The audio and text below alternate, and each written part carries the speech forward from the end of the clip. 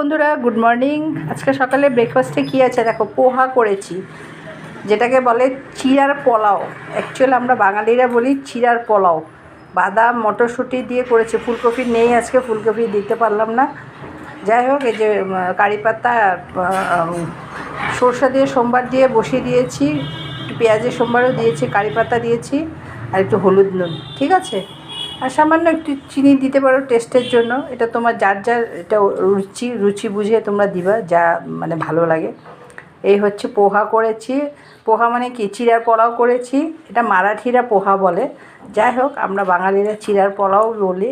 চিড়ার পোলাও করেছি, আর এটা টক দই আছে, একটা রুটি, কালকে রুটি ছিল, আটা মাখা ছিল, রুটি করে নিয়েছি, লাল চা আর চিনি ছাড়া, আর দুটো মালভোগ কলা নিয়েছি। এই হচ্ছে আজকে সকালের আমার ব্রেকফাস্ট।